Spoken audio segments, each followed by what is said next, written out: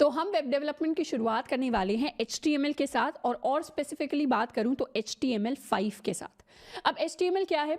अगर हमें कोडिंग की शुरुआत करनी है, हमें कोडिंग सीखनी है, प्रोग्रामिंग सीखनी है, तो HTML कोडिंग की दुनिया में वन ऑफ द ईजिएस्ट चीज़ है जिसके साथ हम कोडिंग सीखना शुरू कर सकते हैं।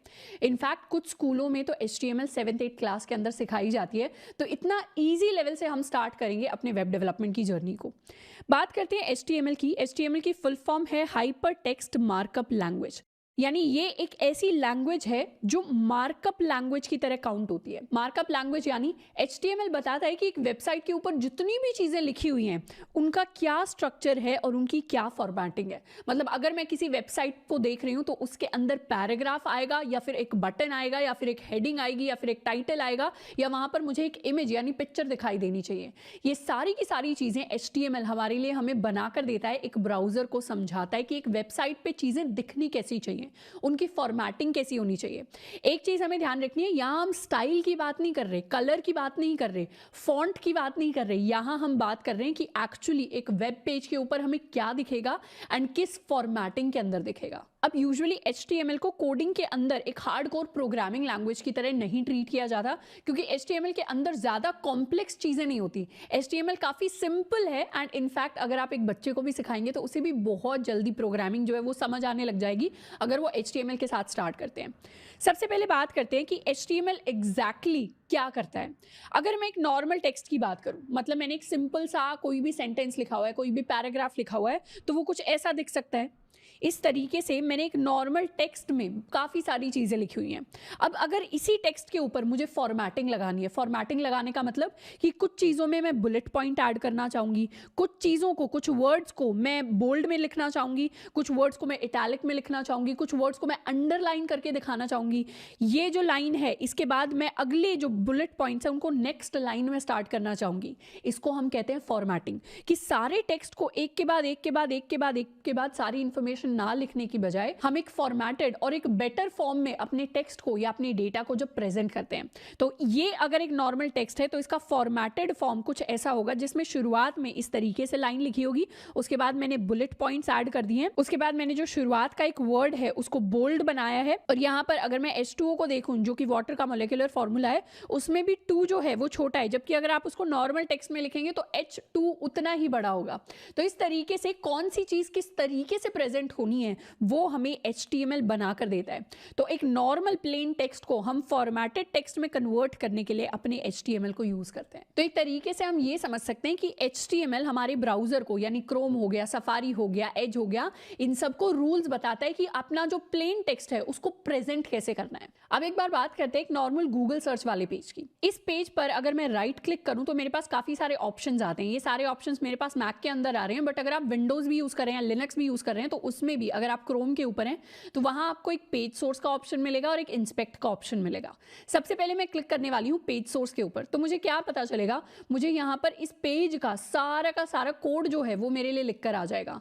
एंड इसको अगर मैं नोटिस करूं तो यहां पर शुरुआत होती है डॉक टाइप HTML के साथ, यानी ये जो पूरी की पूरी चीज है ये एक HTML की फाइल है, HTML का कोड है जो बताता है कि डेटा को किस तरीके से प्रेजेंट करना है, कि बटन कहां पर आने वाला है, गूगल जो है उसका फॉन्ट क्या होने वाला है, फोटो किस तरीके से होने वाली है। तो ये सारी की सारी चीजें एक ब्राउजर को बताई जाती हैं और HTML फिर इससे सारा का सारा इंफॉर्मेशन निकालता है फॉर्मेटिंग के लिए। यहीं पर अगर वापस अपने गूगल पेज पर आकर मैं राइट क्लिक करके इंस्पेक्ट पर क्लिक करती हूँ तो मेरे लिए कुछ ऐसी सी विंडो खुलती है। अब यहाँ पर ये जो एरो है इसके ऊपर क्लिक करने के बाद मैं स्क्रॉल करने वाली हूँ अपने पेज के ऊपर, तो यहाँ पर मुझे पता चलेगा कि काफी सारे बॉक्सेस बन रहे हैं। गूगल है, ये एक सिंगल बॉक्स के अंदर आ गया, सर्च जो है ये भी एक सिंगल बॉक्स के अंदर आ गया, अगर मैं इस छोटे सर्च की बात करूँ ये भी एक बॉक्स के अंदर आ गया, इन आइकन्स की बात करूँ तो ये भी एक रेक्टेंगुलर बॉक्स के अंदर सारी चीजें मुझे दिखाई दे रही हैं। इन रेक्टेंगुलर बॉक्सेस के अंदर चीजें क्यों दिखाई देती हैं उसके बारे में अभी हम डिटेल में पढ़ने वाले हैं जब हम HTML एलिमेंट्स के बारे में बात करेंगे। बट ये एक्चुअली छोटे छोटे एलिमेंट्स हैं जिनसे मिलकर एक पूरा का पूरा हमारा वेब पेज बनता है। एंड यहाँ पर एलिमेंट्स के अंदर सारा का सारा मेरे इस पूरे पेज का HTML का कोड है जो बताता है कि HTML की वजह से ये पेज मुझे किस तरीके से, किस फॉर्मेटिंग में दिखाई देने वाला है। अब बात करते हैं कि किसी भी वेबसाइट के ऊपर अगर मुझे कुछ इन्फॉर्मेशन डिस्प्ले करनी है तो उसको कैसे डिस्प्ले करते हैं। HTML के अंदर एलिमेंट्स नाम की चीज़ें होती हैं, यानी मुझे अगर बताना है कि मेरे वेबसाइट के ऊपर एक पैराग्राफ आएगा या फिर एक इमेज आएगी या फिर मेरे पास कोई हेडिंग आने वाली है, तो उसके लिए हम HTML एलिमेंट्स को क्रिएट करते हैं। HTML एलिमेंट्स वो स्टैंडर्ड एलिमेंट्स होते हैं जो हमारा ब्राउज़र पहचानता है। मतलब मेरे ब्राउज़र को, क्रोम को पता है कि पैराग्राफ क्या होने वाला है HTML के अंदर, हेडिंग क्या होने वाली है, या फिर अगर मैं इमेज क्रिएट करने की कोशिश कर रही हूँ तो वो क्या होने वाली है HTML के अंदर। तो यूजुअली इन एलिमेंट्स को दिखाने के लिए हम यूज करते हैं HTML टैग्स का। जैसे अगर मैं पैराग्राफ की बात करूं तो पैराग्राफ को HTML के अंदर लिखने के लिए मैं कुछ इस तरीके से P लिखती हूं एंड एंडिंग में इस तरीके से स्लैश के साथ P लिखती हूँ, और ये जो है ये एंगुलर ब्रैकेट्स के अंदर आता है। मतलब लेस देन और ग्रेटर देन वाला जो साइन है उसको हम एंगुलर ब्रैकेट कहते हैं। उसके अंदर अगर मैं P लिख दूँ और यहाँ पर ये मेरा स्टार्ट हो जाएगा, ये मेरा एंड हो जाएगा। अब इन टैग्स के अंदर मैं जो भी चीज़ लिखती हूँ, मान लेते हैं मैंने लिखा ABCD, ये जो ABCD है ये पैराग्राफ की तरह मेरी वेबसाइट के ऊपर डिस्प्ले होने वाला है। ऐसे ही अगर मुझे हेडिंग दिखानी है अपनी वेबसाइट के ऊपर तो मैं इसके लिए टैग लिख सकती हूँ। मान लेते हैं मुझे H1 लेवल की हेडिंग दिखानी है, हेडिंग के अंदर भी लेवल्स होते हैं, 6 डिफरेंट लेवल्स।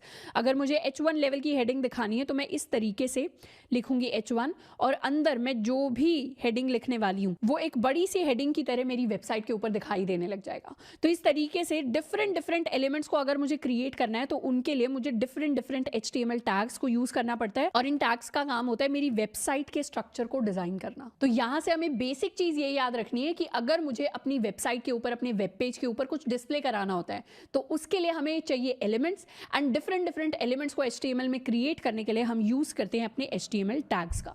तो अब डिटेल में बात कर लेते हैं कि HTML टैग्स होते क्या हैं। एक HTML टैग को हम कंटेनर की तरह समझ सकते हैं। मतलब कोई भी कंटेंट, कोई भी चीज, कोई भी टेक्स्ट अगर मुझे डिस्प्ले कराना है एक वेबसाइट के ऊपर तो उसको कंटेन करने के लिए मेरे पास एक कंटेनर होना चाहिए, और इसी कंटेनर को हम टैग कह देते हैं। जैसे अगर एक सिंपल से पैराग्राफ टैग का एग्जांपल लूं, पैराग्राफ टैग को हम कुछ इस तरीके से लिखते हैं जिसमें शुरुआत वाला जो होता है इसे हम कहते हैं ओपनिंग टैग, एंड जो लास्ट में लिखा होता है इसको हम कहते हैं क्लोजिंग टैग। तो यहाँ पर एंगुलर ब्रैकेट्स के अंदर अगर P लिखा है, P का मतलब पैराग्राफ होता है HTML के अंदर, एंड दोबारा से क्लोजिंग टैग के अंदर एंगुलर ब्रैकेट्स हैं बट यहाँ पर एक स्लैश आ जाता है, स्लैश दिखाता है कि ये टैग यहाँ पर खत्म हो रहा है। और इन टैग्स के बीच में जो भी चीज आती है इसे हम कहते हैं अपना कंटेंट। यानी ये जो पूरा का पूरा अंदर का मटेरियल है, अंदर का कंटेंट है, ये एक पैराग्राफ की फॉर्म में अब मेरी वेबसाइट के ऊपर डिस्प्ले होने वाला है। एंड इस opening tag, content and closing tag का जो कॉम्बिनेशन होता है उसको हम एक HTML एलिमेंट कह देते हैं। तो बहुत सिंपल सी हायरार्की है कि HTML टैग्स होते हैं, एक मेरा ओपनिंग टैग होता है, एक मेरा क्लोजिंग टैग होता है, उसके बीच में हमारा HTML का कंटेंट आता है, और टैग्स को और कंटेंट को जब हम मिला देते हैं तो उसे हम एक HTML एलिमेंट कह देते हैं। अब जैसे ही मैं ये चीज लिखूंगी अपने वेब ब्राउजर के ऊपर, अपने HTML डॉक्यूमेंट के अंदर, वैसे ही मेरे पूरा एक वेब पेज क्रिएट हो जाएगा जिसके अंदर एक पैराग्राफ की फॉर्म में दिस इज अ पैराग्राफ वाली लाइन डिस्प्ले होने लग जाएगी। इसी तरीके से मान लेते हैं कि मुझे कोई हेडिंग दिखानी है अपने वेब पेज के ऊपर, तो हेडिंग दिखाने के लिए मैं H1 टाइप की अगर हेडिंग दिखाना चाहती हूँ तो H1 का मैं ओपनिंग टैग लिखूंगी और H1 का मैं क्लोजिंग टैग लिखूंगी, और इस टैग के अंदर जो भी मटेरियल आएगा, मान लेते हैं मैं लिखती हूँ हेडिंग लार्ज, तो ये जो भी मैंने अंदर लिखा है ये सारा का सारा हेडिंग की फॉर्म में मेरे वेब पेज के ऊपर डिस्प्ले हो जाएगा। मुझे अगर किसी वर्ड को बोल्ड दिखाना है, थोड़ा सा हाईलाइट करके दिखाना है, तो बोल्ड के लिए हम HTML में यूज करते हैं B टैग। तो ये मेरा ओपनिंग B टैग हो जाएगा, ये मेरा क्लोजिंग बोल्ड टैग हो जाएगा, और इसके अंदर जो भी मैं लिखूंगी, मान लेते हैं मैंने लिखा बोल्ड वर्ड, तो ये जब डिस्प्ले होगा मेरे वेबसाइट के ऊपर तो ये बोल्ड की फॉर्म में डिस्प्ले होगा। इसी तरीके से अगर मुझे किसी वर्ड को अंडरलाइन करना है तो उसको मैं अंडरलाइन टैग में दिखा सकती हूँ। मुझे किसी वर्ड को अगर इटैलिक में डिस्प्ले करना है तो उसे मैं इटैलिक्स के टैग में डाल सकती हूँ। तो HTML के अंदर बहुत सारे मल्टीपल टैग्स होते हैं। इन टैग्स को मुझे अभी याद करने की जरूरत नहीं है, ये इतने सिंपल टैग्स हैं, इतने इंट्यूटिव टैग्स हैं, और इनको हम इतनी बार यूज करने वाले हैं कि ऑटोमेटिकली हमें याद हो जाएंगे। बस सिंपल सा हमें समझना है कि एक HTML टैग का पार्ट होता है ओपनिंग, क्लोजिंग, एंड उसके अंदर हमारा सारा का सारा कंटेंट आता है। अब हम शुरुआत करने वाले हैं HTML के अंदर कोडिंग की। सबसे पहले यूजुअली हम किसी भी अगर नई प्रोग्रामिंग लैंग्वेज को सीखते हैं तो उसके अंदर हम सबसे पहले एक हेलो वर्ल्ड का प्रोग्राम लिखकर देखते हैं। तो हम भी आज HTML के अंदर एक हेलो वर्ल्ड का प्रोग्राम लिखकर देखेंगे। HTML के अंदर चीजें लिखने के लिए हमें सबसे पहले एक HTML फाइल को क्रिएट करना पड़ेगा।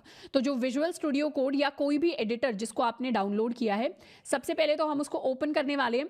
अब यहाँ पर मुझे रिसेंट में काफ़ी सारी चीज़ें दिख रही हैं, हो सकता है ये आपको ना दिखाई दें क्योंकि मैं विजुअल स्टूडियो कोड को बहुत टाइम से यूज़ कर रही हूँ, तो ये मेरी रिसेंट फाइल्स है। बट आपने अगर नया नया इंस्टॉल किया है तो आपके लिए रिसेंट वाला ऑप्शन नहीं आ रहा होगा। शुरुआत हम करेंगे एक न्यू फाइल का ऑप्शन जो आ रहा होगा VS कोड के ऊपर। सबसे पहले हम क्लिक करेंगे न्यू फाइल के ऊपर। मैं स्टार्ट करने वाली हूँ एक टेक्स्ट फाइल के साथ। ये मैंने एक फाइल क्रिएट कर ली है, अभी इसका नाम अनटाइटल्ड है। मैं इसको सेव करने वाली हूँ।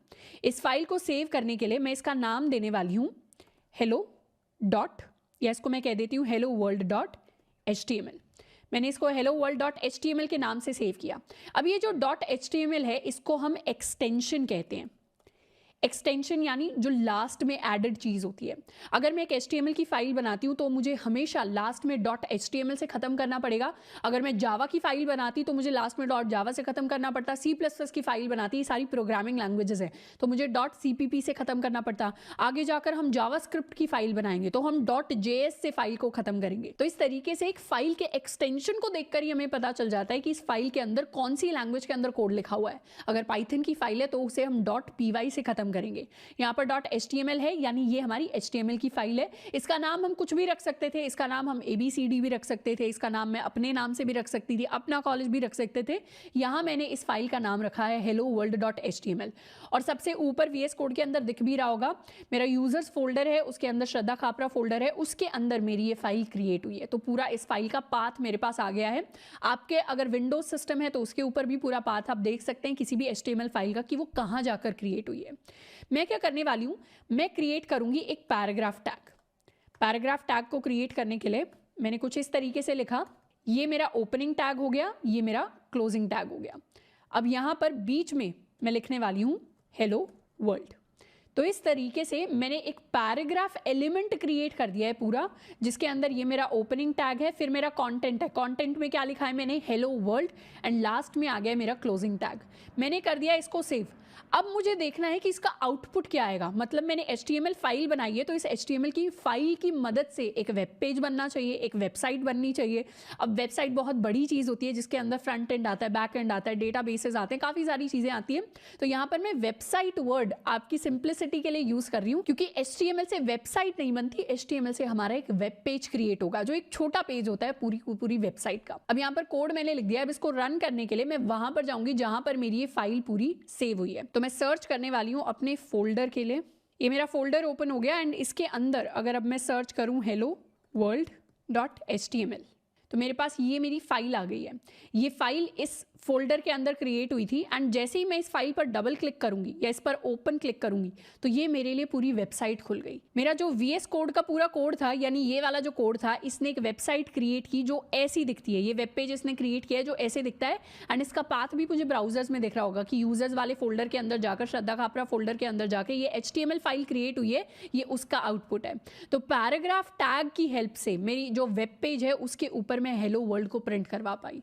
अब सेम चीज़, यानी एक पैराग्राफ टैग मैंने ये लिख दिया, इसी को कॉपी करके सेकेंड लाइन पर मैं क्या कर सकती हूँ, अपना नाम लिख सकती हूँ।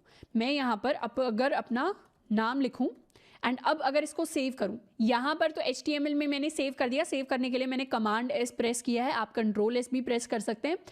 यहाँ पर सेव किया और जैसे ही मैं इसको रिफ्रेश करूँगी तो एक पैराग्राफ ने तो हेलो वर्ल्ड प्रिंट करवाया और अगले पैराग्राफ ने नेक्स्ट लाइन पर श्रद्धा खापरा प्रिंट करवाया। इसी सेम तरीके से मैं एक और पैराग्राफ एलिमेंट क्रिएट कर सकती हूँ जिसके अंदर मैं प्रिंट करवाने वाली हूँ अपना कॉलेज। अब यहाँ पर मैं इसको सेव करके दोबारा से रिफ्रेश करूँ तो थर्ड पैराग्राफ टैग की मदद से थर्ड लाइन में अपना कॉलेज प्रिंट हो गया। तो पैराग्राफ टैग के बारे में हम ये चीज़ सीखे कि पैराग्राफ टैग से अगर कुछ भी प्रिंट होता है तो वो सीधे का सीधा वैसे का वैसा हमारी स्क्रीन के ऊपर दिखाई देता है। उसके साथ साथ अगर हम मल्टीपल पैराग्राफ टैग्स यूज़ करते हैं तो हर एक पैराग्राफ टैग नई लाइन से स्टार्ट होता है। ऐसा नहीं है कि हेलो वर्ल्ड के बाद इसी लाइन में श्रद्धा खापरा आपका प्रिंट हो गया, श्रद्धा खापरा नेक्स्ट लाइन पर प्रिंट हुआ है, अपना कॉलेज उससे भी नेक्स्ट लाइन पर प्रिंट हुआ है। अगर मुझे इन सारी चीज़ों को सेम लाइन पर प्रिंट करना होता तो मैं अलग अलग पैराग्राफ टैग यूज नहीं करती। फिर मैं ये सारी की सारी जो इंफॉर्मेशन है इसको कट करके मैं सेम पैराग्राफ टैग के अंदर प्रिंट करवा रही होती कुछ इस तरीके से। इसको भी कर देते हैं कट एंड यहाँ पर पेस्ट एंड सिंगल अगर पैराग्राफ टैग होता तो मेरी जो इन्फॉर्मेशन है वो कुछ मुझे ऐसी दिखाई देती। तो इस तरीके से हम HTML फाइल को क्रिएट करते हैं एंड उसके अंदर बेसिक कोडिंग को करना स्टार्ट करते हैं। यहाँ पर मैं आपको छोटा सा सवाल दूंगी कि आपको क्या करना है, पैराग्राफ टैग की हेल्प से आपको अपना नाम प्रिंट करवाना है अपने ब्राउजर के ऊपर। तो एक बार पैराग्राफ टैग लिखना है, उसके अंदर अपना नाम लिखना है, फिर देखना है कि कैसे आप अपने वेब पेज पर अपना नाम डिस्प्ले करा सकते हैं। अब एक और चीज जो हमें HTML कोड के बारे में सीखना है कि ये जो सारा का सारा मेरा वेब पेज फॉर्म हुआ है, ये वेब पेज सिर्फ मेरे कंप्यूटर के अंदर रन करेगा। जैसे वेबसाइट्स तो ऑनलाइन होती हैं, अगर amazon.com खोलना है या फिर google.com खोलना है, वो आप अपने कंप्यूटर से भी खोल सकते हैं, मैं अपने कंप्यूटर से भी खोल सकती हूँ। बट ये जो मैंने स्पेसिफिक HTML से वेब पेज क्रिएट किया है, इसको सिर्फ मेरे कंप्यूटर के अंदर खोला जा सकता है क्योंकि इसकी HTML फाइल अभी सिर्फ मेरे कंप्यूटर के अंदर प्रेजेंट है। अगर हम चीज़ों को इंटरनेट पर डालना चाहते हैं और अपने वेब पेज को इस तरीके से बनाना चाहते हैं कि कोई भी उसको एक्सेस कर पाए, कोई भी खोल पाए, तो उसके अंदर हमें डोमेन्स के बारे में सीखना पड़ेगा, होस्टिंग के बारे में सीखना पड़ेगा, जो थोड़ी सी एडवांस चीज़ें हैं जिनको हम बाद में सीख रहे होंगे। तो अभी के लिए जितने भी वेब पेजेस, वेबसाइट, सारी चीज़ें हम क्रिएट कर रहे हैं वो सारी की सारी हमारे ब्राउजर के अंदर खोलने के लिए, क्योंकि उनकी फाइल्स हमारे कंप्यूटर के अंदर है। अब अगर मैं चाहूँ तो इस पेज के ऊपर राइट क्लिक करके मैं इसे इंस्पेक्ट भी कर सकती हूँ। जैसे ही मैं इंस्पेक्ट करूँगी आपको क्या दिखाई देगा, आपको पूरा का पूरा HTML कोड दिखाई देगा। HTML कोड के अंदर यहाँ पर आपको दिख रहा होगा एक पैराग्राफ टैग है एंड उसके अंदर सारी की सारी चीज़ें वैसे ही लिखी हुई हैं जैसे हमने अपनी VS कोड की फाइल के अंदर लिखी हुई है। बट यहाँ पर आपको और डिफरेंट टैग्स दिख रहे होंगे। एक HTML अलग से टैग दिख रहा होगा, हेड नाम से टैग दिख रहा होगा, बॉडी नाम से टैग दिख रहा होगा। इन सारे टैग्स के बारे में अभी हम पढ़ने वाले हैं, तो उसको देखकर घबराना नहीं है। बट मेजर काम जो हमारा हो रहा है वो ये पैराग्राफ टैग कर रहा है जिसके अंदर काफ़ी सारी इंफॉर्मेशन हमने लिखी हुई है। अब इसके साथ साथ अगर मुझे मान लेते हैं मैंने बहुत सारे वर्ड्स लिखे, अब इन वर्ड्स में से कुछ वर्ड्स को मैं बोल्ड में दिखाना चाहती हूँ, तो उसके लिए मैं अपना बोल्ड टैग भी यूज कर सकती हूँ। बोल्ड टैग लिखने के लिए मैं टैग्स के अंदर भी टैग्स लिख सकती हूँ। जैसे इस पैराग्राफ टैग के अंदर मुझे अपना कॉलेज बोल्ड करवाना है, तो मैंने लिखा B। ये B का ओपनिंग टैग हो गया एंड इसके क्लोजिंग टैग को अब मैं अपना कॉलेज के बाद लिखने वाली हूँ। तो इस तरीके से बाहर तो मेरा पैराग्राफ टैग है एंड उसके अंदर मेरा एक बोल्ड टैग है जिसकी मदद से बोल्ड टैग के अंदर जो भी मटेरियल है यानी अपना कॉलेज है वो बोल्ड में डिस्प्ले होगा। पैराग्राफ में तो डिस्प्ले होगा बट साथ के साथ बोल्ड भी हो जाएगा। इसको एक बार करते हैं सेव एंड रिफ्रेश, तो बाकी सारा टेक्स्ट तो नॉर्मली डिस्प्ले हुआ है बट अपना कॉलेज बोल्ड में डिस्प्ले होकर आया है। तो इस तरीके से आप भी अपने टेक्स्ट के अंदर जो भी चीज़ आपको बोल्ड में डिस्प्ले करानी है, हाईलाइट करवानी है, उसको हम B टैग की हेल्प से बोल्ड में डिस्प्ले करा सकते हैं। अब सबसे पहले हम बात करने वाले हैं पैराग्राफ एलिमेंट के बारे में। पैराग्राफ एलिमेंट को क्रिएट करने के लिए HTML में हम यूज़ करते हैं P टैग का, जो रिप्रेजेंट करता है एक पैराग्राफ को। अब जब भी हम पैराग्राफ की बात करते हैं, पैराग्राफ का मतलब सिर्फ टेक्स्ट नहीं होता। पैराग्राफ का मतलब होता है वो सारा कंटेंट जिसे हमें एक साथ डिस्प्ले कराना है। तो ज़रूरी नहीं है उसके अंदर सिर्फ टेक्स्ट आए, उसके अंदर हो सकता है कि हमारा बोल्ड टेक्स्ट भी आ जाए। एक पैराग्राफ के अंदर हो सकता है हम इमेज और टेक्स्ट दोनों को साथ में डिस्प्ले कराना चाह रहे हो। तो जितना भी कॉन्टेंट हम एक साथ डिस्प्ले कराना चाहते हैं उसके लिए हम यूज करते हैं अपने पैराग्राफ टैग को। अब पैराग्राफ टैग की एक और स्पेशल चीज है कि ये स्पेस को भी क्रिएट करता है। किस तरीके से, एक बार अपनी HTML फाइल के अंदर हम जाकर देखते हैं। मैंने अपनी फाइल के अंदर पैराग्राफ टैग्स लिखे एंड इसके अंदर मैं लिखने वाली हूं this is my first paragraph. अब this is my first paragraph लिखने के बाद मैंने काफी सारी स्पेस दी एंड नेक्स्ट जो चीजें मैं लिखने वाली हूं this is my second paragraph. अब यहाँ पर मैं एक लाइन की स्पेस देकर इसको डिस्प्ले कराने वाली हूँ। इसको कर देते हैं सेव एंड जैसे ही मैंने यहाँ पर सेव किया तो ऑटोमेटिकली क्या हुआ, ये सारी की सारी इन्फॉर्मेशन मेरी सेम लाइन के ऊपर आ गई। ये ऐसा क्यों हो रहा है, अगर आप अपने VS कोड के अंदर सेव कर रहे हैं और वहां पर अगर आप नेक्स्ट लाइन पर ले जाकर सेव करने की कोशिश कर रहे हैं और सेम लाइन पर चीजें नहीं आ रही, तब भी आउटपुट आपका सेम ही आने वाला है। यानी पैराग्राफ में अगर मैं 2 पैराग्राफ्स लिखती हूँ तो सारी की सारी इन्फॉर्मेशन सेम लाइन पर आती है। मान लेते हैं यहाँ पर मैंने बहुत सारी स्पेस दी और अब मैंने इसको सेव किया, तब भी ऑटोमेटिकली वहीं पर आ रहा है। यहां से कंक्लूजन ये निकलता है कि HTML जो आप एक से ज्यादा स्पेसेस देते हैं या एक से ज्यादा नेक्स्ट लाइन पर चीजें डिस्प्ले कराना चाहते हैं, HTML उन सबको नहीं पहचानता। अगर आपने एक सिंगल पैराग्राफ टैग के अंदर चीजें लिखी हैं तो वो सारी की सारी चीजें एक साथ डिस्प्ले होंगी, यानी सिंगल लाइन में डिस्प्ले होंगी, चाहे कितनी भी बड़ी आप लाइन में चीजों को डिस्प्ले करा दें। मतलब मैं सेम चीज को बार बार अगर कॉपी पेस्ट करना चाहूं तो इसको मैं कर लेती हूं सेव एंड अब अगर इसे मैं रिफ्रेश करूं तो सारी की सारी चीज़ें एक के बाद एक के बाद एक के बाद एक डिस्प्ले होंगी। बट मुझे अगर थोड़ी सी स्पेस चाहिए इन चीज़ों के डिस्प्ले होने में, तो मुझे एक नया पैराग्राफ टैग क्रिएट करना पड़ेगा। जैसे यहाँ से अगर मैं आधी इन्फॉर्मेशन को हटा दूं एंड उसके बाद अगर मैं एक पैराग्राफ टैग लिखूं, तो उसके अंदर मैं ये सारी इन्फॉर्मेशन डिस्प्ले करा सकती हूँ और अब चीज़ें दो डिफरेंट लाइन पर होंगी। तो यूजुअली ये अगर एक सेट ऑफ इन्फॉर्मेशन है और ये अगर मेरा दूसरा सेट ऑफ इन्फॉर्मेशन है और दोनों को अगर मुझे अलग अलग पैराग्राफ्स में डिस्प्ले कराना है, तो मुझे दो पैराग्राफ टैग्स का यूज करना पड़ेगा। इसीलिए पैराग्राफ टैग को हम कनेक्टेड या रिलेटेड इन्फॉर्मेशन या कंटेंट को डिस्प्ले कराने के लिए यूज करते हैं। तो ये जो मेरा फर्स्ट पैराग्राफ है इसके अंदर रिलेटेड इन्फॉर्मेशन है, जो मेरा सेकंड पैराग्राफ है इसके अंदर भी रिलेटेड इन्फॉर्मेशन है।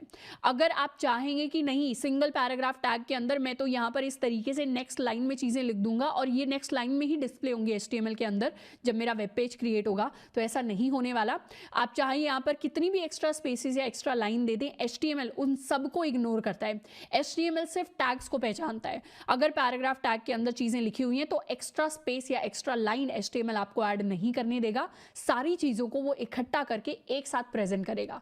इसीलिए मल्टीपल चीजों को दिखाने के लिए, मल्टीपल रिलेटेड कंटेंट को दिखाने के लिए हमें मल्टीपल टैग्स को यूज करना पड़ता है। तो इसको एक बार कर लेते हैं सेव। अब यहाँ पर भी ये जो लास्ट पैराग्राफ है इसको अगर मुझे बोल्ड में दिखाना है तो यहाँ पर मैं बोल्ड टैग का यूज कर सकती हूँ और अपने लास्ट पैराग्राफ को, लास्ट लाइन को, इस पूरी लाइन को मैंने कट किया एंड बोल्ड टैग के अंदर पेस्ट कर दिया। तो अब यहाँ पर ये मेरा नॉर्मल एक पैराग्राफ है, ये मेरा नॉर्मल एक पैराग्राफ है एंड सेकंड पैराग्राफ के अंदर मैंने बोल्ड के अंदर पूरी की पूरी लाइन को लिख दिया है।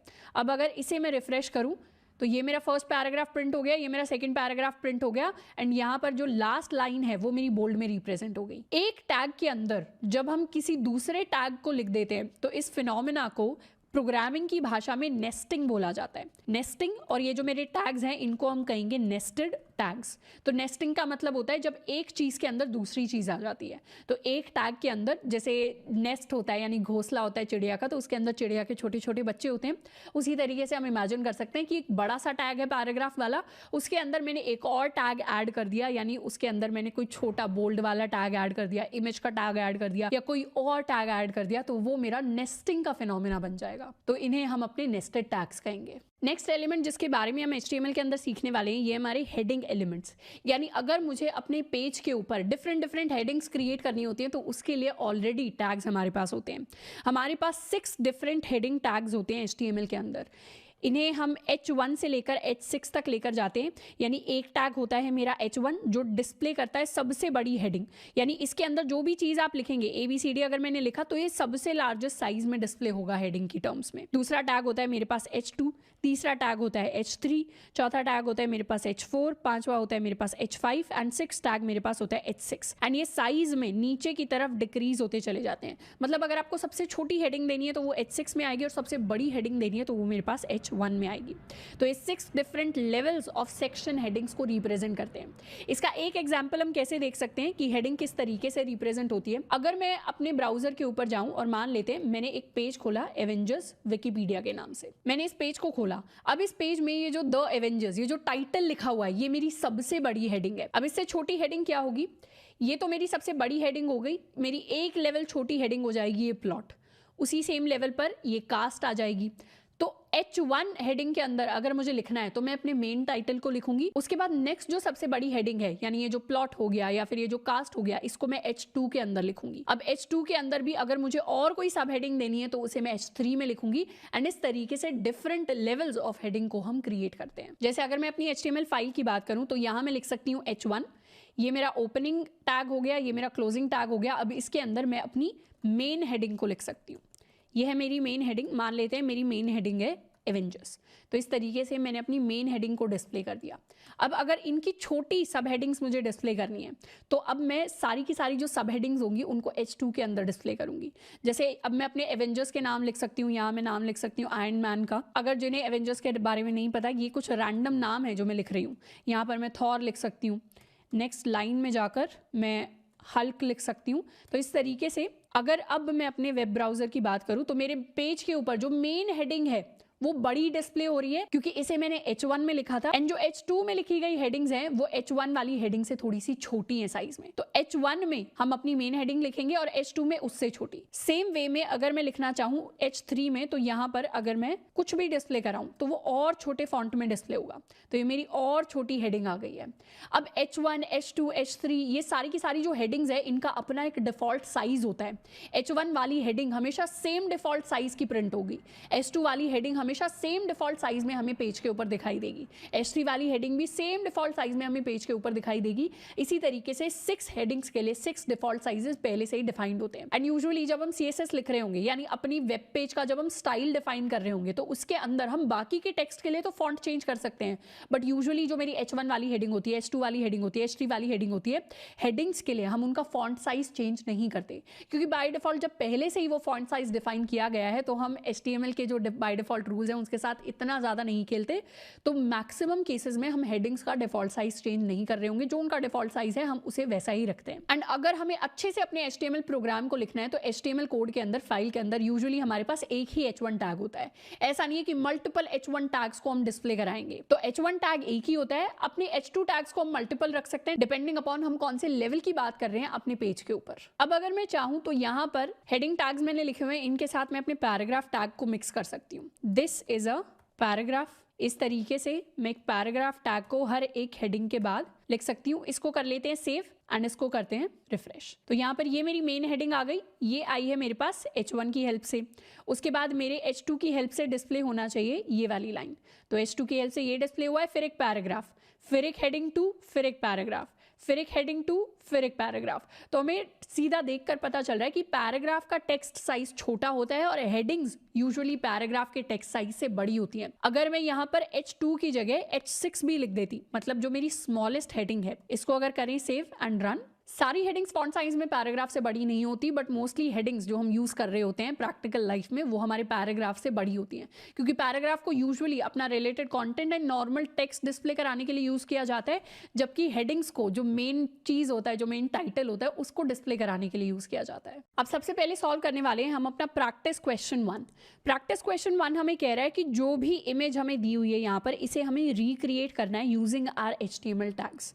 तो अगर इस इमेज को ध्यान से देखें तो हम यहाँ पर पता लगा सकते हैं कि कौन सी चीज़ कैसी चल रही है। अगर मैं सबसे टॉप की बात करूँ, यानी इस एवेंजर्स की बात करूँ, तो मुझे थोड़ा बहुत आइडिया लग रहा है कि ये मेरी जो है हेडिंग होने वाली है। ऑब्वियसली हमने अभी तक 3 ही टैग्स को देखा है, एक हेडिंग वाले टैग्स को देखा है, एक हमने पैराग्राफ टैग को देखा है, एक हमने बोल्ड टैग को देखा है। तो इन्हीं तीनों टैग्स के जो कॉम्बिनेशन है उससे हम अपने क्वेश्चन को सॉल्व करने वाले हैं। तो जो मेरी टॉप लेवल हेडिंग है ये मेरी H1 लग रही है। इससे जो नीचे लेवल की हेडिंग्स है, यूजुअली H1 के बाद H2 होता है, तो इसको भी हम H2 रख रहे होंगे, इसको भी हम H2 रख रहे होंगे एंड इसको भी हम H2 रख रहे होंगे। एंड इसके अंदर ये वाला जो टेक्स्ट है इसे हम रखने वाले हैं एज माय पैराग्राफ। तो ये मेरा एक पैराग्राफ टेक्स्ट होगा जिसके अंदर ये टोनी स्टार्क, अगर बोल्ड में दिखाई दे रहा है ये वर्ड, तो पैराग्राफ के अंदर हम बोल्ड टेक्स्ट को यूज करेंगे चीजों को बोल्ड दिखाने के लिए। सेम चीज यहाँ पर, ये लाइन एक नॉर्मल पैराग्राफ है जिसके अंदर 2 वर्ड्स बोल्ड हैं, तो हम बोल्ड टैग का भी यूज करेंगे। तो यहाँ पर क्या यूज हो रहा है, यहाँ पर हमारे नेस्टेड टैग्स को हम यूज कर रहे होंगे। यहाँ पर भी अपने नेस्टेड टैग्स को, यानी टैग के अंदर जब दूसरा टैग आ जाता है उसको हम नेस्टिंग कह देते हैं। ये भी मेरा पैराग्राफ एंड बोल्ड टैग का कॉम्बिनेशन है। तो इस तरीके से मैंने पहचान लिया कि कौन कौन सी इन्फॉर्मेशन को कौन कौन से टैग की हेल्प से मुझे डिस्प्ले कराना है। अगर मैं HTML में ना लिखकर नॉर्मली यहाँ पर पेन पेंसिल से लिखना चाहूँ तो मैं क्या लिख सकती हूँ, मैं लिख सकती हूँ, मेरा कोड कुछ ऐसे में होने वाला है। सबसे पहले तो मैं H1 टैग लिखूंगी, उसके बाद मैं लिखूंगी अपने एवेंजर्स को, यहाँ पर मेरा H1 टैग क्लोज हो जाएगा। उसके बाद मैं क्या लिखूंगी, अपना H2 टैग लिखूंगी। H2 टैग के अंदर मैं आयरन मैन लिखने वाली हूँ, यहाँ पर मेरा H2 टैग क्लोज हो जाएगा। थर्ड में मैं लिखने वाली हूँ एक पैराग्राफ टैग। पैराग्राफ टैग के अंदर लिखूंगी also goes by the name, मतलब ये सारी जो इन्फॉर्मेशन है also goes by the name, ये सारी की सारी मैंने यहाँ पर लिखी अपने पैराग्राफ टैग के अंदर। एंड ये टोनी स्टार्क क्योंकि बोल्ड में है तो इसके लिए एक और टैग मैं लिखूंगी, इसे मैं येलो से हाईलाइट कर देती हूँ। यहाँ पर मैं लिखूंगी बी एंड यहाँ पर लिखने वाली हूँ टोनी स्टार्क, और ये मेरा क्लोज हो जाएगा बोल्ड टैग। एंड यहाँ पर क्लोज हो जाएगा मेरे पास मेरा पैराग्राफ टैग। तो इस तरीके से इन 3 लाइंस को डिस्प्ले कराने के लिए मैं ये 3 लाइनें लिख सकती हूँ। सिमिलरली इन दोनों लाइंस को डिस्प्ले कराने के लिए मैं दोबारा से H2 tag and paragraph tag को यूज़ करूँगी, जिसके अंदर बोल्ड टैग की नेस्टिंग होगी। तो इस तरीके से मैं अपनी सारी इन्फॉर्मेशन को डिस्प्ले करा सकती हूँ। इसको अब हम लिखने वाले हैं अपनी HTML फाइल के अंदर। सबसे पहले मैं लिखने वाली हूँ अपना H1 टैग हेडिंग 1, जिसके अंदर मैं लिखूंगी एवेंजर्स। उसके बाद नेक्स्ट लाइन के अंदर आएगी मेरी हेडिंग 2 टैग, जिसके अंदर मैंने लिखा है iron man with a space. Next line में मैं अपना पैराग्राफ टैग लिखूंगी। यहाँ पर लिखने वाली हूँ also goes by the name. यहाँ पर मेरा बोल्ड टैग आ जाएगा, जिसके अंदर लिखूंगी टोनी स्टार्क। इसके बाद दोबारा से नेक्स्ट लाइन के ऊपर H2 टैग आ जाएगा, जिसके अंदर लिखा होगा captain America. And next line के ऊपर दोबारा से पैराग्राफ टैग के अंदर also goes by the name. दोबारा से मेरा बोल्ड टैग आ जाएगा स्टीव रॉजर्स। नेक्स्ट लाइन के अंदर दोबारा से H2 टैग के अंदर मैं लिखने वाली हूँ हल्क। नेक्स्ट लाइन के अंदर पैराग्राफ टैग, यहाँ पर आएगा also goes by the name. यहाँ पर मेरा बोल्ड टैग के अंदर ब्रूस बैनर। तो इसको मैं कर लेती हूँ सेव। ये पूरा का पूरा कोड मैंने कर लिया है सेव। एंड अब करेंगे इसको रिफ्रेश करते ही मेरी सेम जो helloworld.html फाइल है उसने ये वेब पेज क्रिएट कर दिया, जिसकी हमें इमेज दी हुई थी। पूरी की पूरी सारी की सारी चीज़ें सेम लेवल पर सेम तरीके से डिस्प्ले हुई हैं। अब अगर मैं चाहूँ तो इस पेज को इंस्पेक्ट भी कर सकती हूँ। इंस्पेक्ट करके क्या होगा, ये जो पूरा का पूरा कोड मैंने यहाँ VS कोड में लिखा हुआ है, ये मुझे मेरे ब्राउजर के अंदर भी दिख रहा है। मतलब पैराग्राफ टैग के अंदर मैंने इस तरीके से कुछ लिखा था, फिर बोल्ड टैग के अंदर टोनी स्टार्क लिखा था, फिर अगले हेडिंग H2 लिखी थी, फिर पैराग्राफ टैग के अंदर दोबारा से इस तरीके से इन्फॉर्मेशन लिखी थी, फिर मैंने स्टीव रॉजर्स लिखा था बोल्ड टैग के अंदर। तो ये सारी चीज़ें मुझे मेरे एलिमेंट्स के अंदर इंस्पेक्ट करने के बाद भी दिखाई देती है। अब एक और स्पेशल चीज़ है मेरे इंस्पेक्ट फीचर के अंदर। अगर मैं यहाँ पर चाहूँ तो एवेंजर्स को चेंज करके, इस टाइटल को चेंज करके मैं यहाँ पर अगर लिख दूँ शक्तिमान, तो इसको मैं जैसे ही एंटर करूंगी क्या होगा, मेरे H1 टैग में चेंजेस आ जाएंगे। ये चेंजेस मेरे VS कोड के अंदर नहीं आएंगे। VS कोड के अंदर HTML फाइल में जो मैंने लिखा है वो वैसे का वैसा लिखा रहेगा। बट चेंज कहाँ आया, चेंज आया सिर्फ ब्राउजर के अंदर। मतलब यहाँ पर जो चीज़ मैंने चेंज कर दी वो वैसी ही वैसी मुझे वेब पेज के अंदर चेंज होकर दिखाई देने लगती है। पर ये चेंजेस परमानेंट नहीं होते, ये चेंजेस टेम्पररी होते हैं, जो सिर्फ आपके ही कंप्यूटर में आपको चेंज होकर दिखता है। जैसे अगर मैं यहाँ एवेंजर्स वाला मेरा विकीपीडिया पेज है, विकीपीडिया पेज को भी जाकर मैं इंस्पेक्ट कर सकती हूँ। जैसे ही मैंने इंस्पेक्ट किया, यहाँ पर मैं ढूंढ सकती हूँ ये एवेंजर्स वाली हेडिंग कहाँ लिखी हुई है। ये एवेंजर्स वाली हेडिंग लिखी हुई है यहाँ पर मुझे दिख रहा है। ये भी मेरा एक H1 टैग है, जिसके अंदर काफ़ी सारी और इन्फॉर्मेशन है, बट यहाँ दी एवेंजर्स लिखा हुआ है। अब इस दी एवेंजर्स को चेंज करके मैं यहाँ पर लिख सकती हूँ अपना नाम। मैंने यहाँ पर लिख दिया श्रद्धा खापरा। जैसे ही मैंने इसको एंटर किया क्या हुआ, अब विकीपीडिया का जो पेज है उसका नाम चेंज होकर अब मेरा नाम हो गया। यहीं पर चाहती तो मैं इसको चेंज करके लिख सकती थी अपना कॉलेज, तो ये चेंज होकर हो गया। इसी पेज को चेंज करके मैं यहाँ पर चाहती तो शक्तिमान भी लिख सकती थी। तो ये पूरे के पूरे विकीपीडिया पेज का जो इन्फॉर्मेशन है वो चेंज हो गई। तो कभी कभी यूजुअली लोग सोशल मीडिया के ऊपर इस तरीके की वीडियोस डालते हैं कि उन्होंने पूरे वेब पेज को चेंज कर दिया है, विकीपीडिया पर कुछ भी इन्फॉर्मेशन डिस्प्ले हो रही है। तो वैसी चीज़ों के ऊपर जाना नहीं है। ज़रूरी नहीं है कि वो जो इन्फॉर्मेशन आपको डिस्प्ले करके दिख रही है किसी भी वीडियो के अंदर एक वेबसाइट के ऊपर, वो एक्चुअल इंटरनेट के ऊपर पोस्टेड हो। क्योंकि ये जो शक्तिमान चेंज हुआ है, अगर आप अपने विकीपीडिया से एवेंजर्स वाला ये वाला लिंक खोलेंगे तो आपको एवेंजर्स ही दिखाई देगा। ये जो छोटा सा चेंज हुआ है ये सिर्फ मेरे ब्राउजर के अंदर और सिर्फ मेरे सिस्टम के अंदर चेंज हुआ है, और ये एक टेम्पररी चेंज है। अगर मैं अपने जो पेज है इसे रिफ्रेश करूंगी तो दोबारा से ओरिजिनल जो इन्फॉर्मेशन है जो इंटरनेट के ऊपर पोस्टेड है वो दिखने लग जाएगी। तो इस तरीके से इंस्पेक्ट फीचर की हेल्प से हमने एक नॉर्मल वेब पेज क्रिएट किया है, और मुझे इसके अंदर कुछ चेंजेस करके देखने हैं। मुझे अगर चेंज करके देखना है कि टोनी स्टार्क की जगह अगर मैं यहाँ पर भी आयरन मैन लिख देती तो मेरा पेज कैसा दिखाई देता, तो वो चेंजेस मैं साथ के साथ ब्राउजर में करके चेक कर सकती हूँ, इंस्टेड ऑफ कि पहले मैं VS कोड की फाइल में चेंज करूँ फिर यहाँ पर आकर मैं रिफ्रेश करूँ। तो ये जो फीचर है इंस्पेक्ट का, ये हमारे बहुत ज़्यादा काम आएगा जब हम CSS को पढ़ रहे होंगे, या जब हम और ज़्यादा कॉम्प्लेक्स फीचर्स को अपने वेब पेज के अंदर ऐड कर रहे होंगे, क्योंकि हम तभी के तभी अपने सारे चेंजेस को वेब पेज के ऊपर देख पाएंगे।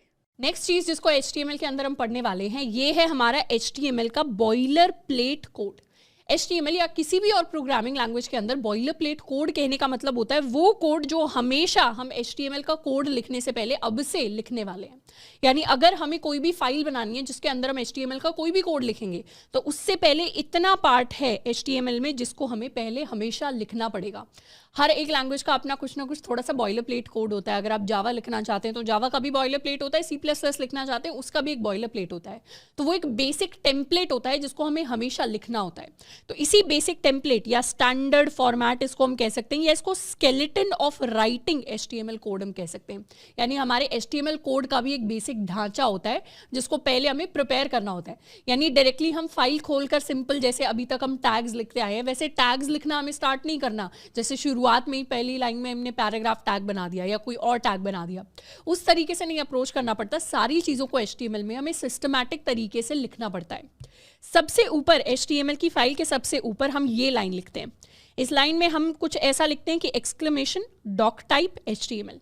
इस लाइन का बेसिक मतलब होता है कि हम HTML5 को यूज कर रहे हैं। यानी पूरे के पूरे डॉक्यूमेंट को ये फाइल बता देती है कि HTML का कौन सा वर्जन यूज हो रहा है, वर्जन 5 यूज हो रहा है। जैसे हमारे पास गेम्स में वर्जन होते हैं या हम व्हाट्सएप जैसी एप्स को अपडेट करते हैं, वैसे ही HTML भी अपडेट होता है। और HTML का जो अपडेटेड वर्जन है जिसको हम यूज करते हैं वो है हमारा वर्जन 5, जिसको इस लाइन के थ्रू हम रिप्रेजेंट करते हैं। उसके बाद नेक्स्ट जिस टैग को हम लिखते हैं ये होता है मेरा HTML टैग। HTML टैग पूरे के पूरे बाकी के कोड को अपने अंदर लिखवाता है। मतलब सारी जो बाकी की बाकी चीज़ें हम लिखने वाले हैं वो सारी की सारी अब HTML टैग के अंदर लिखी जाएंगी। HTML टैग को एक तरीके से हम अपना रूट टैग कह सकते हैं। अब ये रूट वर्ड आता कहाँ से? रूट यानी जड़ या फिर किसी भी कोड का सबसे पहला पार्ट। तो जब भी हम HTML के कोड की बात करते हैं तो इसमें सबसे ऊपर हमने ये वाला टैग लिखा है जिसको हम HTML टैग कहेंगे। HTML टैग के अंदर हमने ये वाला टैग लिखा है जिसको हम हेड टैग कहेंगे। तो HTML के अंदर इस तरीके का एक हायरार्कियल स्ट्रक्चर बनता है। हेड टैग के अंदर मैंने ये वाला टैग लिखा है जिसको हम टाइटल टैग कहेंगे। तो इस तरीके से लेवल वाइज लेवल हम अपने टैग्स को अरेंज कर सकते हैं और इसी अरेंजमेंट को हम हायरार्कियल अरेंजमेंट कहते हैं। हायरार्कियल यानी जिसमें लेवल्स आते हैं। जैसे हमारे घर पे हमारे दादाजी होते हैं, दादाजी के नीचे पापा वाली जनरेशन आती है, पापा वाली जनरेशन के नीचे हमारी जनरेशन आती है। तो एक तरीके से क्या फॉर्म होगी? हायरार्की फॉर्म होगी जिसके अंदर आप डायग्राम बनाएंगे तो लेवल्स आते हैं। वैसे ही लेवल्स हमारे HTML टैग्स के अंदर आते हैं जो दिखाता है कौन सा टैग ऊपर आता है यानी पहले आता है या बाहर आता है और कौन सा टैग नीचे की तरफ या अंदर की तरफ आता है।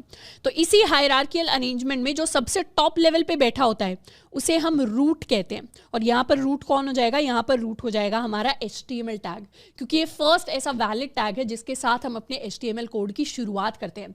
तो जब भी हम अपना HTML कोड लिख रहे होंगे हम पहले डॉक टाइप लिखेंगे, फिर हम HTML टैग को लिख रहे होंगे और फिर सारा का सारा कोड हमारे HTML टैग के अंदर जा रहा होगा। अब HTML टैग के अंदर जो फर्स्ट टैग हम लिखते हैं ये होता है हमारा हेड टैग। इस हेड टैग को हम लिख रहे होते हैं और हेड टैग के अंदर सारी की सारी हमारी मेटा इन्फॉर्मेशन या बाकी एक्स्ट्रा इन्फॉर्मेशन जाती है। मतलब ये जितना भी पार्ट होता है मेरा, इसमें जैसे अगर मुझे CSS को लिंक करना है HTML के साथ, यानी अगर मुझे किसी भी वेबसाइट की स्टाइलिंग बतानी है तो स्टाइलिंग को हेड टैग के अंदर बताया जाएगा। अगर मुझे जावास्क्रिप्ट को लिंक करना है HTML के साथ तो उसको भी हम हेड टैग के अंदर लिंक कर रहे होंगे।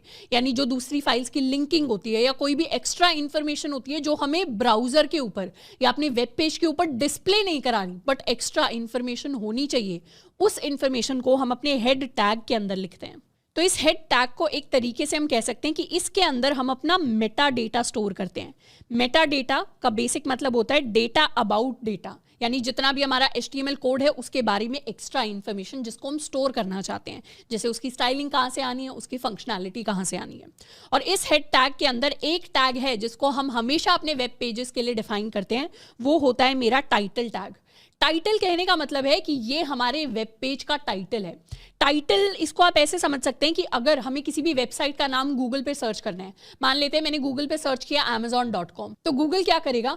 गूगल सर्च क्वेरी को इस टाइटल के बेसिस पर सर्च करेगा। इसीलिए टाइटल का जो नाम है वो बहुत ज़्यादा रेलेवेंट होना चाहिए। मतलब अगर जो भी आप अपने पेज में डिस्प्ले कराना चाहते हैं वही नाम आपको अपने टाइटल को देना है, और ये टाइटल का नाम कभी भी डिस्प्ले नहीं होता वेबसाइट पर। मतलब अगर आपने माई फर्स्ट पेज लिख दिया तो ये टाइटल जो है ये आपके मेन वेब पेज पर वेबसाइट के ऊपर डिस्प्ले नहीं होगा, ये वेबसाइट से ऊपर की तरफ टैब के ऊपर डिस्प्ले होता है। जैसे इसका एक एग्जांपल देखते हैं। मान लेते हैं हमने वेबसाइट खोली netflix.com। अब netflix.com के ऊपर जब ऐसे इस तरीके से वेबसाइट खुलेगी तो ऊपर लिखा हुआ आ रहा है, नेटफ्लिक्स का आइकन है, Netflix India, watch TV shows online, watch movies online. तो ये जो ऊपर की तरफ डिस्प्ले होकर आ रहा है ये मेरे नेटफ्लिक्स के मेन वेब पेज का टाइटल है। तो इस तरीके से टाइटल जो है हमें दिखाता है कि वेब पेज के ऊपर एक्चुअली होने क्या वाला है, इसीलिए टाइटल का नाम बड़े सोच समझकर हमें अपने प्रोजेक्ट्स या फिर वेबसाइट्स के लिए रखना होता है। नेक्स्ट जिस चीज की हम बात करेंगे वो है मेरा बॉडी टैग।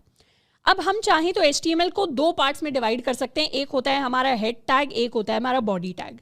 हेड टैग के अंदर वो सारी चीजें आती हैं जो वेबसाइट के ऊपर जनरली दिखाई नहीं देती, और इन चीजों में हमारा मेटा डेटा स्टोर होता है, इसे हम मेटा डेटा कर लेते हैं। एंड हमारे बॉडी टैग के ऊपर वो चीज़ें दिखाई देती हैं जो एक्चुअली हमारे वेब पेज के ऊपर हमें डिस्प्ले होकर दिखाई देती हैं।